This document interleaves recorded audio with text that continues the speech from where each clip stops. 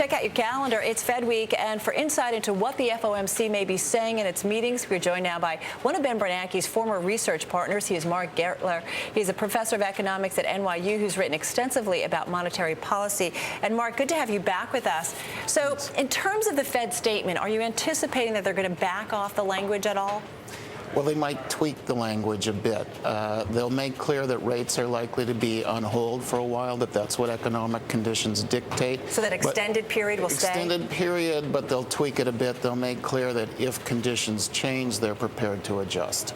All right. So in other words, rates aren't locked in stone, but the best prediction now is that they'll be on hold for a while. I mean, they're kind of in an interesting position because, as you know, if you check out some of the economic data points, they certainly seem to be improving, certainly not getting worse. Right. Some, though, there are still questions when it comes to like housing and things. So Fed in kind of an interesting point.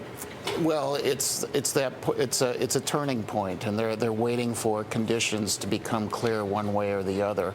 The key indicator they're looking at is employment growth, and that hasn't moved yet. And it's going to be a period of sustainable employment growth, I think, has to happen before the Fed moves. Now, you know, Mark, many people will say, well, you know, employment, it's a lagging indicator, and that it might kind of make sense where we are in this economic cycle. Well, it's been slow. It's been slow. The last couple of recessions, employment growth has been very slow to pick up. There's an extra layer of uncertainty now because of credit conditions, and that may be having an effect on small business hiring.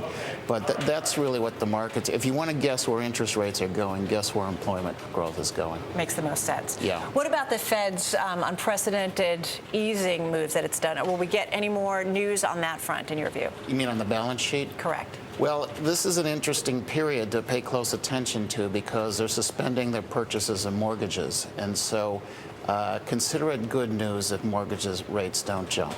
Do you think that's going to happen, though? Is that likely? Well, so far so good, but we'll see. But we'll see. But we are starting to see within the Fed, though, some debate about policy, aren't we? For a long time, we didn't see that, but we are starting to see that. Sure, because the economy is more tranquil now, and so there are some that are concerned about inflation, some that are more concerned about recovery. So it's only natural when we're in a situation where where the arrows don't point clearly in any direction that you're going to see debate. The hawks that are starting to kind of raise their wings when it comes to inflation, do you think they have a strong case here or not quite yet? There is absolutely no sign of inflation. Look at labor costs, look at market measures of expectations. There is absolutely no sign of inflation. That's not to say by the end of the year it couldn't pick up, but right now, no sign of inflation. Which, of course, gives the Fed a lot of room here to keep rates. Absolutely, absolutely. But rates are pretty low now, so they have to be thinking through the exit.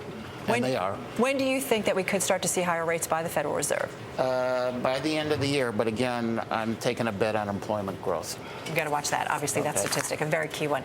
Mark, we're going to leave it there. Thank you. Okay. Mark Gertler joining us on this Monday.